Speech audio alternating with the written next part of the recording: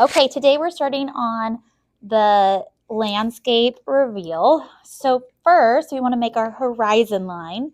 This is where the sky meets the grass. This could be kind of like a wavy line if you want it hilly. It could be really straight if you want it like a flat plane. You could do more of like a zigzag line if you're wanting like mountains. Okay, I think I'm going to do kind of like a mountain situation.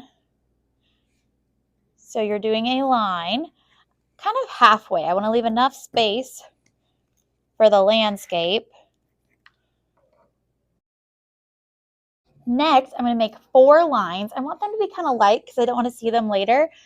But we're just going to divide the sky into 4 sections.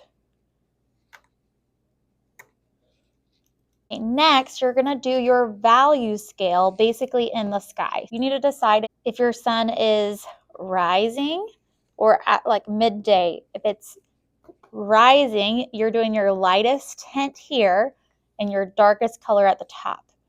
If it's like bright in the day, like noon, then you're having your lightest color here and your darkest here. You are picking one color for your value scale, okay? You can come back in with some other colors later, but I want to see that you can make your value scale on your work. You also need to be very careful because we don't want to get our white notebook paper colored with paint. So we're going to be very careful to stay just in this section. So first we're going to mix our tint. So the lightest color, remember, has the most white. Ooh, somebody did not make mine very pretty here because they had some blue in it. So I'm doing a baby scoop to get a little bit in there. And then I'm going to get the tiniest bit of blue and stir it in. Okay, if I want it even lighter, then I'm cleaning out my brush before I scoop more white. Okay, it can take a lot of white to lighten, so you can always move a little bit over if you're like, ooh, that is just way too dark. So I moved a tiny bit over so I don't have as much color before I do another scoop and mix. Notice I'm sliding off so I get as much paint off as I can before I go in and paint.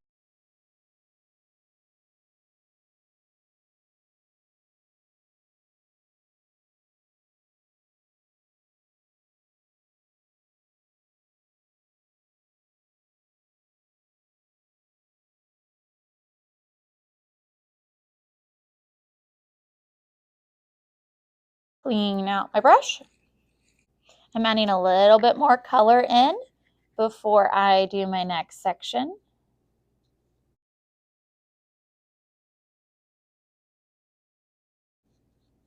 Putting just a little bit of water on my brush and I can kind of blend the value scale a little bit easier. The second to last is just your straight color.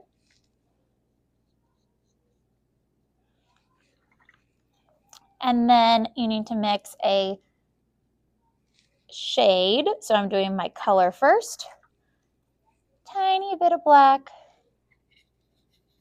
Okay, but it should still be, yeah, it should be that dark color. It shouldn't just be a black. It should be a shade of the color you're doing.